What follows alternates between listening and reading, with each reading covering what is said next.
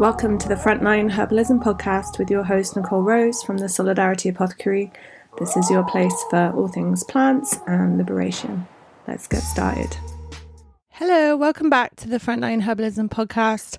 I have got half an hour of childcare, so I'm finally able to publish another podcast episode. This one today is about herbal support for shock, for emotional shock after things like police raids. I'm really hoping that you haven't actually ever been raided by the police if you're listening to this. But I think most people have experienced some situation of like intense emotional shock, whether, that's news of a loved one passing away, for example, or something like that. And I'm not talking about like, oh, let's just like grab a bottle of tincture like mid police raid or something. What I'm talking about is like, how do we support people in those like acute moments of distress, after they've been raided, after we've collected them from the police station. What does that look like? What are some of our tools in the toolbox? And which herbs are kind of fantastic for that like very distressed state? Because I think I didn't talk about this in the piece, but I think what we do in those moments of response to that like initial kind of traumatic event kind of really plays a massive part in how long term something is going to affect us. In my opinion, like I think if we tend to the nervous system and tend to that person with love and care and solidarity, that they feel supported, that they feel strength, that they don't feel alone, something is then like potentially much less traumatizing. Not always, but like I think it is a big factor. So I hope you enjoy the episode and learn some things about amazing plants. You may have seen the announcement episode, but just another cheeky plug, the Herbalism, PTSD and Traumatic Stress course is open for enrollment. I'm really relieved that it's online and things seem smooth so far, touch wood. And I'm just getting lots of emails from people like, are you sure it's okay to use the Solidarity price? And I'm like, yes, please. If like I have said before, it really is no one turned away for lack of funds. I also really appreciate the folks who are paying the full amount.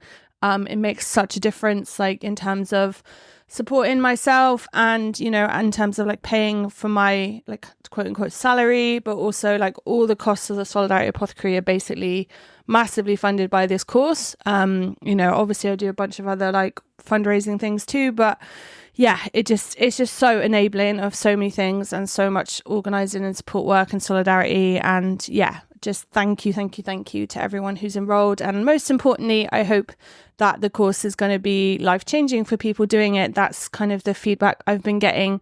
You can check out all the testimonials on the course page, but I know for a lot of people it's inspired these like massive journeys into herbal medicine, into understanding their nervous systems and their bodies, into changing how they think about trauma.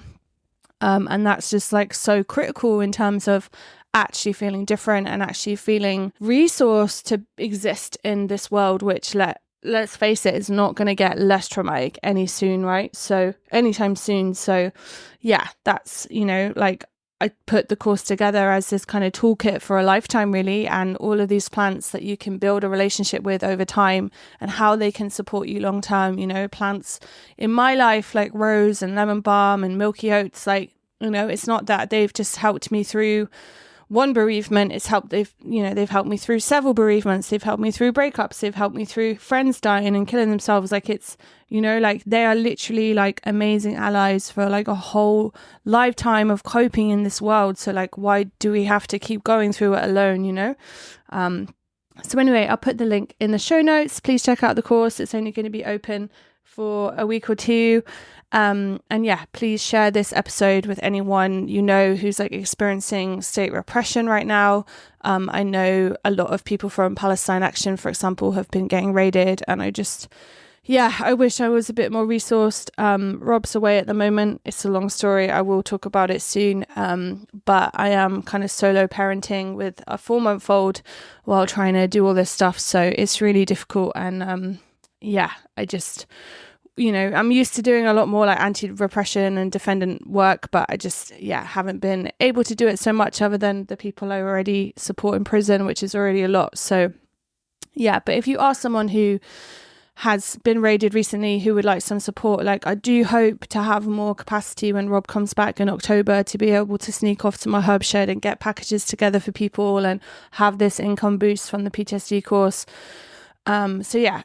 Anyway, just bear me in mind. I want to be there for you if I can. But if you are just someone in general who's supporting people, maybe you can, listen to this episode and kind of acknowledge like how high impact a kind of shocking or stressful event can be, and yeah, how important solidarity and care is in responding to that. Okay, thanks so much. Take care.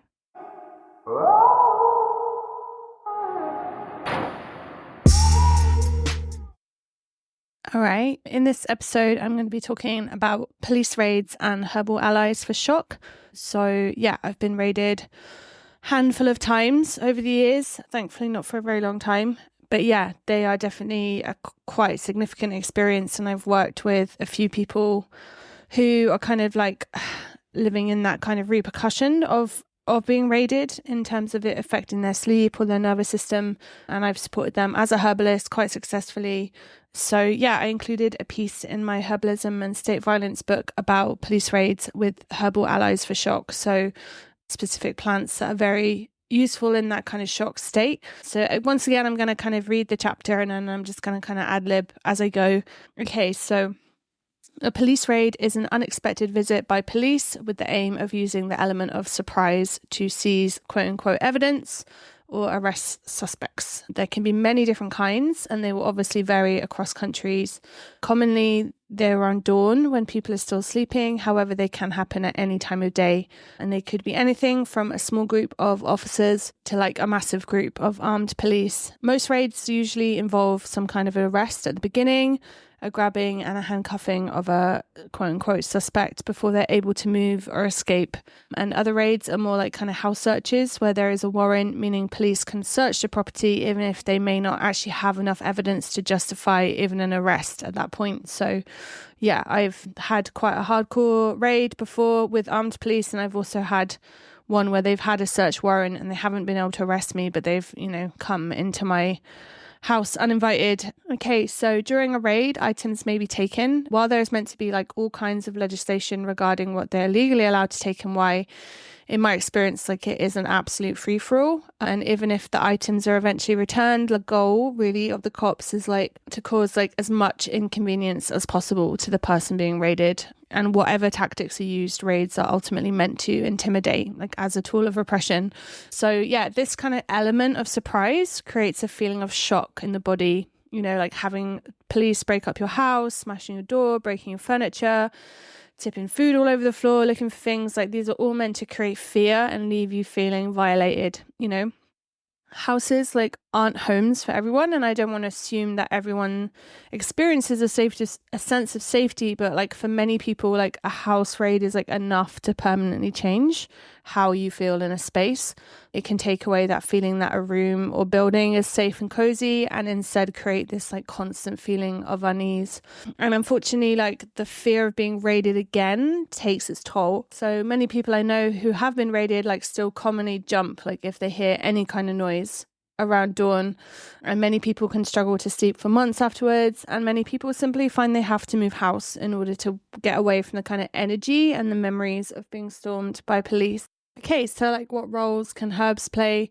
So obviously if you've been arrested, like you're not going to exactly be able to be like, oh, excuse me, officer, like I'm just going to like have some tincture, pop it open, take a few drops. But like the feeling of kind of shock like remains beyond the initial moments. So like herbal support can play a role in this like arrest aftercare. Likewise, like burning herbs may help cleanse the space of the kind of energies of the police or the feelings you have left over after their presence like has been in your space. In terms of like other elements of the Herbalism and State Violence book and the Herbalism PTSD and Traumatic Stress course, we know that herbs can also play a role in support for things like nightmares. Like the last episode was all about herbal support for nightmares and general symptoms of kind of post-traumatic stress and general recovery from trauma. But yeah, in this like shock context, I think it's worth kind of clarifying like what we mean by like emotional shock. So I've used the framework for like emotional shock to differentiate from medical shock, right, which is a critical condition brought on by sudden drop in blood flow through the body.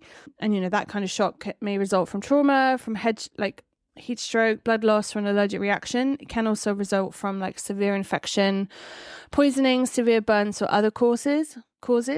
Yeah, so emotional shock is a completely understandable response to an experience that has literally shaken us.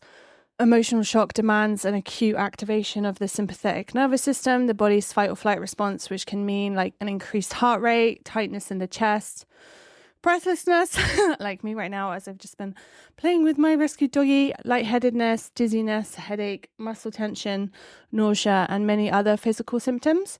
So we may be like acutely activated with a feeling of panic or rage, anger, and anxiety. Or we may be stuck like in an immobilized state, such as feeling numb, dissociated, or shut down, experiencing difficulty, you know, in expressing our emotions at all. And shock can last from several minutes to several days, with like an aftermath of weeks, months, or even years of post-traumatic stress, depending on the context. Okay, so some like emotional shock aftercare. So here are some tips for taking care of loved ones who have been raided, or for taking care of yourself. So ground, like in whatever way supports you. That could be like walking or sitting outside, getting under a duvet, cuddling a companion animal, like breathing techniques, etc. Eat, so eat root vegetables, fatty foods, anything that brings you comfort. Yeah, I personally love carbs in these situations. I think it's like when they're, you know, it's their forte. Surround yourself by supportive people. Stay somewhere else if you can, so that you can get some quality sleep before processing the effects of the raid on your home. Okay, in terms of herbal support for emotional shock. Okay, so like any herb can provide support for emotional shock. Like if you've already got a relationship with that plant, you know, for example, that plant medicine helps ground you, soothes your nervous system, or just like helps you feel more steady in the world. I'm going to go through some of the herbs that would be my sort of personal first point of call. So the first is lavender. Lavender, you know, is like a wonderful, calming, gentle relaxant. I love lavender because it's very accessible. Even like a high quality bottle of the essential oil can be affordable. I'm not saying it is, I'm saying it can be sometimes. You know, I make this like infused lavender oil, which I've spoken about a few times, which is like different from the kind of highly concentrated essential oil. But the infused oil is really wonderful, rubbed into your temples or aching muscles from like stressed out tension. And lavender can like also be found in people's gardens, obviously. So like I've lost count of times that I've been out and about, feeling super stressed, you know, maybe I'm on my way to a prison visit or something. I need to like pinch a little bit off a bush somewhere to smell as I try and move through the day in like a calmer way. And, you know, you can also make like lavender tea. It's quite strong, but it's also lovely. Yeah. So, you know, you can just put a few flowers in hot water for like an instant calming tea. Yeah. And I definitely think lavender oil used externally can like support people experiencing disturbances in their sleep following a police raid. Chamomile. Okay, so again, generally an accessible herb. You might even be able to get chamomile tea in the police station. You know, I've seen like more random fucking things in the cop station, to be honest. You know, or maybe if you are lucky to get picked up from the cop shop, like on the way home at a petrol station, for example, you might be able to get a chamomile tea or at least access some hot water. So chamomile tea is like instantly calming, especially for people whose kind of guts seem to be the first thing affected by stress. It's also wonderful as a tincture and as like a warm infused glycerite. It's absolutely heavenly. If I was doing police station support, meeting people from police stations, I'd have like a big flask of chamomile tea and they probably hate me and just want beers instead. But hey, beers are also made from hops, which is a herb. So what can you do? Okay, lemon balm. So again, super grounding, calming, gentle, relaxant herb, has an instant effect on the nervous system, reducing this like sympathetic activation. You can have fresh lemon balm tea. It's delicious, or take it as a tincture, and it makes a super wonderful like cold infused glycerite. So that's when I'm picking fresh lemon balm and putting it straight into glycerin and some water. Hawthorn. So again, hawthorn is like a gentle relaxant on the whole system, has an affinity for the cardiovascular system. So like if you're struggling after a raid, with that feeling of panic in your chest with heart palpitations, like I'd strongly recommend hawthorn. It's also like a traditional remedy for grief, fear and worry. And all of these feelings like commonly accompany police raids. Hawthorn berry or flower or both combined is like really wonderful as a tea, tincture and glycerite with all the methods, warm and cold infused methods. And if this does not make sense to you, I recommend checking out my Making Herbal Medicine with Glycerin workshop, cheeky plug there, because it goes into all these like really simple methods for making amazing medicine with glycerin. Okay, motherwort. So yeah, it's a nervous system relaxant, particularly indicated where there is anxiety in the chest, including heart palpitations. I personally think it's fantastic. Most as a tincture, but can also be taken as a tea. If someone was having like very recurring kind of panic attacks, fast heart rate, I would definitely be thinking about motherwort. And, again, I should say this at the beginning of the episode, but obviously please don't take any herbs without checking that they're safe with whatever medication you're taking, as well as, they're safe if you're pregnant, for example. Okay, rose. So everyone knows I love roses. Again, very gentle relaxant that offers soothing to the physical and emotional heart. Rose can be very comforting in terms of like in times of shock and grief. And, this kind of sweetness as a flavor is very nourishing to the nervous system, especially after this like acute activation of the fight or flight response, which is really commonly why we crave sweet things like when we're super stressed. It's no accident. It's not just the corporate food system that creates that. Like our body really craves sweetness. Yeah, rose glycerite is like heavenly in its sweetness and comfort it brings. If you've been trying to not to cry after an arrest or a raid, like I think rose will gently open you up, like open up your heart to support with emotional release. So yeah, it's good for that stage, as well as, like I mentioned, like grief, like, because, like often the raid, I'm going not off topic, but I'm, going on one now, like a raid like is commonly like the start, right? Like the start of a wave of repression of, are we going to go to prison? Like, have my friends been remanded? Am I going to be remanded? Like, is this going to affect my relationship? Am I going to get kicked out of my house? Like, I had so many consequences of like the big raid, which led to this operation, which was part of this operation that put 12 of us in prison. Like, it really was this like rupture in my life. And I think rose is really brilliant for that kind of shock and grief. Okay, milky oats. Milky oats are generally taken as a kind of nervous system tonic over the long haul to support with like stressed and depleted nervous systems. So it's not something I would like necessarily reach to straight away as a relaxant, but I'm lying. I would for sure. I used it in my kind of postpartum blends after quite a traumatic birth. But generally, I would be working with milky oats kind of long term if someone was experiencing like ongoing repression. But yeah, it would definitely bring you comfort during this kind of like acute state of emotional shock. I don't know if people can hear this dog snoring. Okay, passion flower. So yeah, passion flower is like my go-to medicine to support someone struggling to sleep after a house raid. This is because passion flower has like a direct sedating effect on the nervous system, making it a great port of call for someone needing help with falling asleep. Its qualities also make it effective during the daytime if someone is acutely activated, especially as part of blends. Passion flower is great for racing thoughts. So if you were like intensely like scanning for noises or like suspicious of further arrest or like, just like exhausted and consumed with what has recently happened, like maybe you had some like dodgy shit in your house that you can't forgive yourself for, or I don't know, like passion flower is like fantastic for that kind of like mental loop. Okay, skullcap. So skullcap is a wonderful hypnotic nervine that acts as a general relaxant and sedative, especially on the musculoskeletal system. While its tonic effects are supportive longer term, I also find it helpful in cases of acute stress and emotional shock.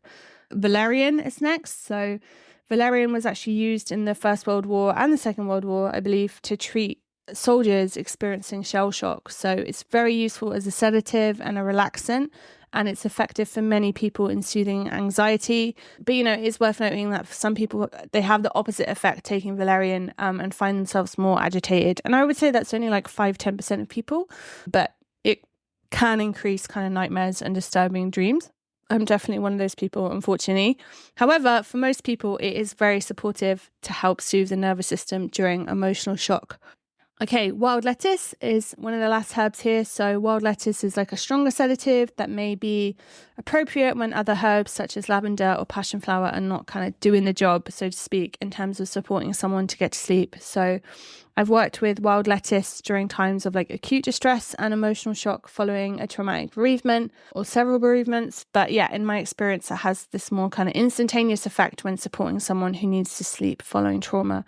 And the other thing I wanted to talk about is burning herbs. So, people have been burning herbs over millennia as part of rituals to cleanse spaces and objects and for other kind of spiritual and practical means. For example, burning bundles of thyme in hospitals during like infectious disease outbreaks, for example.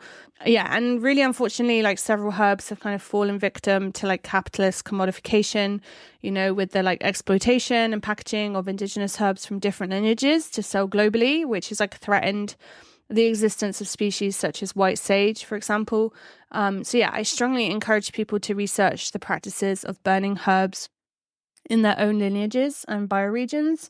For those of us sharing lineages from England, Wales, Scotland, and Ireland, yeah, there are many beautiful herbs that have been used in different ways in practices of burning bundles. For example, sage, like garden sage, rosemary, lavender, rose petals, mugwort, cedar, juniper, elderberry, and many others. So you can kind of tie them together in like a bundle of dried herbs, light the ends, and move around your space to help cleanse it with the smoke. Please use common sense and take care of everything in terms of fire safety. Okay, so that's what I wanted to talk about in terms of herbs for emotional shock. If I wasn't kind of in babyland right now, I would be encouraging you to get in touch if you need support following a raid. But I'm just kind of, I'm not quite there yet in terms of being like back to everything in terms of like practical stuff in the herb shed. I'm launching my online offerings, but I'm not kind of processing packages at the moment, but it's definitely something that is on the horizon. And I'm keen to be sort of supporting different crews who are facing this kind of repression regularly, because it could be something, for example, that I could like get out in the post rapidly to people, or even people that are doing a lot of like arrestee support work could have a bunch of stuff in their car, know what's safe, know what they can give and what they can. And then, when they meet someone from a police station, they can offer those medicines. Like, I think that would be a really nice way to do it. So get in touch basically if you're keen to potentially like collaborate on that. And I will be getting the Herbalism and State Violence book as an ebook available again on my website super soon, so that you can order it. Okay, thanks for listening. And I just want to say as well, like that, just take care. Like, if you're someone who's experienced a police raid and that's been part of your life, like I know they've definitely contributed to this general feeling of like unsafety for me for a really long time. Like, I could barely sleep past sort of 5-6 in the morning for like several years after like a really dramatic raid. So I'm definitely sending my kind of solidarity and sympathy. Okay, lots of love. Take care. Bye. Thanks so much for listening to the Frontline Herbalism podcast. You can find the transcript, the links, all the resources from the show at solidarityapothecary.org/podcast.